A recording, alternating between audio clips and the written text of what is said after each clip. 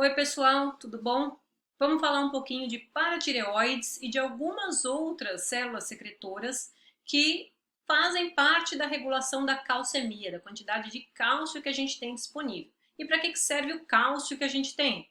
Além de fazer contração muscular, que seria uma função bastante importante aí já, o cálcio participa como mensageiro secundário, participa de vários tipos de respostas enzimáticas, o cálcio participa da exostose de vesículas durante a transmissão sináptica, o cálcio tem vários papéis, então é muito importante que a gente tenha um balanço de cálcio intracelular, extracelular, mas não somente, o balanço de cálcio disponível para as atividades que o cálcio tem no organismo. A quantidade de cálcio no sangue é importante ser regulada também.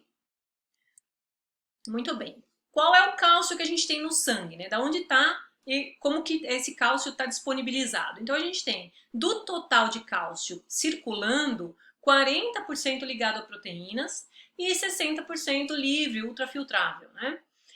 Desse 60% livre, 10% podem formar complexos com ânions e outros 50% são ionizados, né, formando cálcio mais 2. Tá? E aí esse cálcio mais 2 é que a gente usa geralmente nas atividades como contração, como resposta de exostose de vesículas. Tá? Então a quantidade de cálcio disponível a gente vai chamar, desse cálcio ionizado disponível, a gente vai chamar de alcalemia, se o cálcio tiver em grande quantidade, e alcidemia, se o cálcio tiver em baixa quantidade.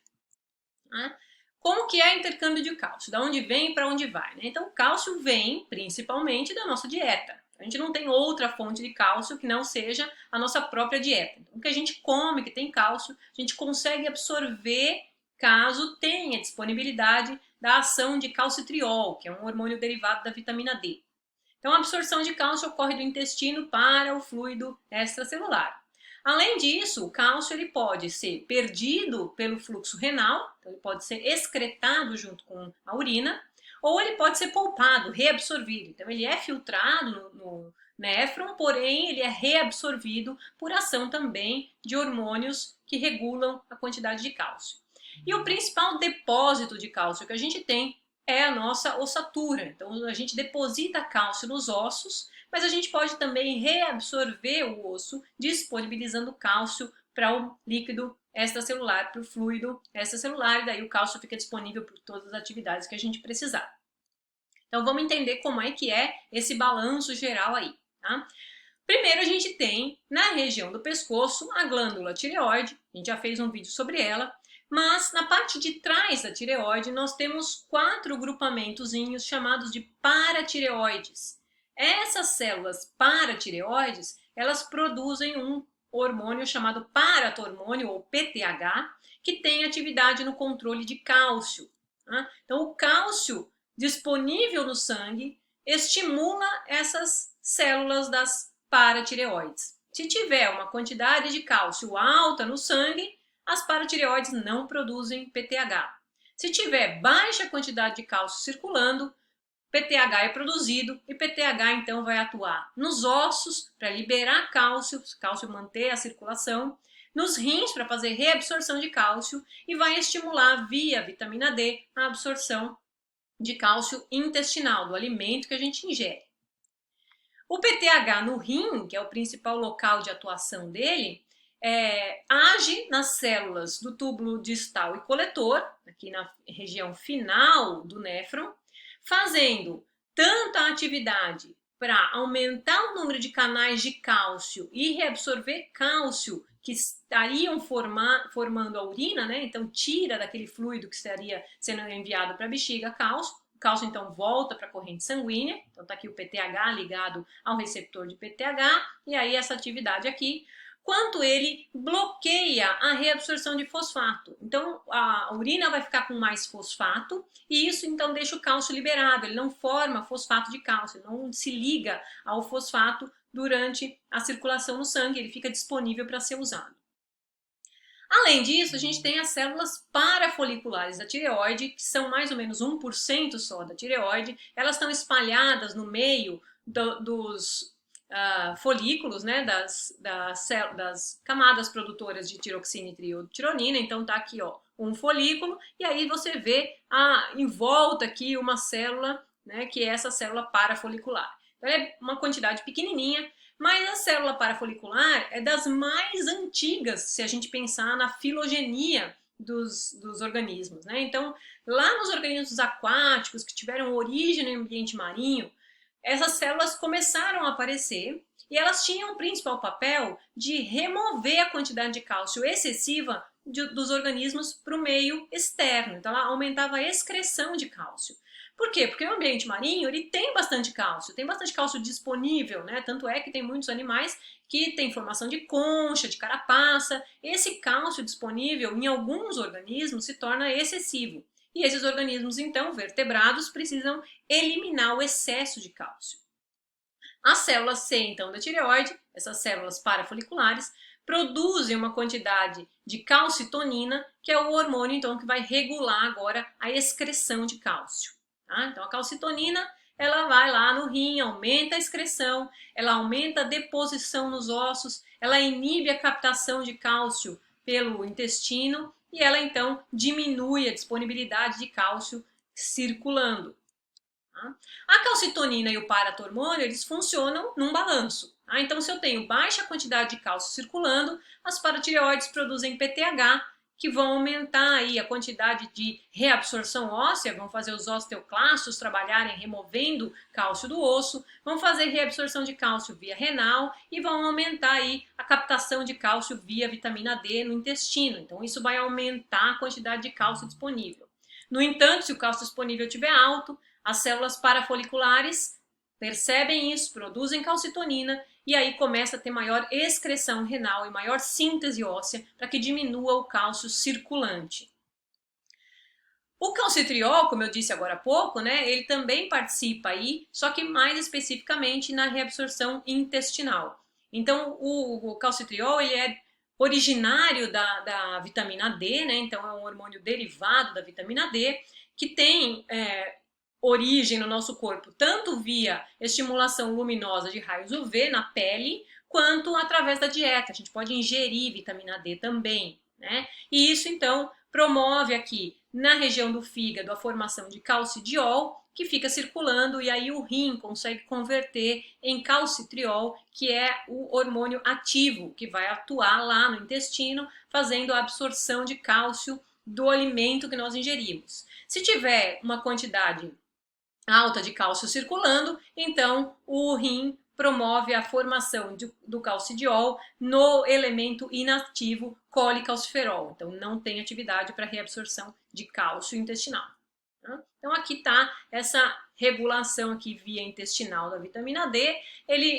A vitamina D ou o calcitriol, ele não tem um papel na formação de ossos, não tem um papel na excreção renal ou captação renal de cálcio, somente no intestino, mas ele leva em consideração, ele é produzido em maior ou menor quantidade pelo rim, ou a forma inativa ou a forma ativa, a depender da quantidade de cálcio circulando. Então, o principal elemento estimulador é o cálcio circulando, além do paratormônio. O paratormônio também é um estimulante para que o rim produza o calcitriol.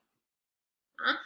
E o osso, né? Como é que funciona essa remodelagem óssea aí? Então, se é tão importante o osso como um nosso principal depósito de cálcio, o osso ele pode ser utilizado como uma forma de eu reabsorver cálcio e deixar disponível no sangue, tanto quanto uma forma de eu depositar cálcio e guardar para uma hora de necessidade, né? Porém, existem condições ósseas, então eu não posso ter um osso com muita quantidade de cálcio, porque ele se torna um osso que tem problemas na sua formação principal, e também não pode ser um osso com baixa quantidade de cálcio, porque ele se torna um osso muito quebradiço, né? Então são as duas condições de patogenicidade, a osteoporose ou a osteopetrose, né? O osso muito duro, o osso é muito frágil, e isso não é legal, então a gente tem que ter um meio termo aí, que é a condição saudável. Quem faz a formação óssea são duas células principais, tá? Na verdade é um monte de célula envolvida, mas duas principais. Os osteoclastos são aqueles que removem o cálcio, são aqueles que reduzem a quantidade de cálcio, né? Então eles fazem a reabsorção óssea e liberam cálcio. E os osteoclastos são aqueles que fazem a matriz óssea, produzem a matriz óssea, então eles incorporam cálcio antes da mineralização do osso. Tá? Então, quem estimula os osteoclastos é o PTH, que promove a maior quantidade de cálcio disponível na circulação. Quem estimula os osteoblastos é a calcitonina, que quer remover a quantidade de cálcio circulando e quer depositar ou excretar esse cálcio. Então, ela aumenta a deposição aqui, né? A remodelagem óssea, ela regula a massa óssea dos indivíduos. Então, ao longo da vida, é extremamente importante que esses hormônios atuem na modificação do padrão ósseo. Então, durante a fase de crescimento do indivíduo, a gente tem que ter mais osteoblastos funcionando para a formação óssea. Então, o indivíduo vai crescendo e vai tendo cada vez mais o osso sendo formado, sendo aumentado de tamanho, e aí, então, é importante que eu tenha a disponibilidade de cálcio alta circulando para que possa suprir tanto as atividades outras do cálcio quanto a formação óssea. Na fase adulta, isso aqui fica em equilíbrio. Então, tanto PTH, quanto calcitriol, quanto calcitonina, eles fazem o equilíbrio, se mantêm em equilíbrio, para que a quantidade de osso formada e remodelada seja mantida constante e a gente possa ter um esqueleto bem formado, né, sem nenhuma fragilidade de aumento demasiado da massa óssea ou diminuição demasiada da massa óssea. Durante a fase senil, aí sim a gente vai ter uma maior quantidade de atividade de osteoclastos, né? Então é importante nessa fase ter uma alimentação com uma base de cálcio boa, tomar vitamina D, manter os níveis hormonais sempre checados, né, para que o cálcio disponível faça a manutenção da quantidade óssea aí e o indivíduo não sofra de osteoporose, que é bastante comum na idade avançada. Aqui é deficiência de vitamina D, como a gente estava falando agora, né? Então, se o indivíduo tem falta de vitamina D durante a primeira fase da infância, até mais ou menos 2 anos, pode aparecer essa condição aqui, que é chamada de raquitismo.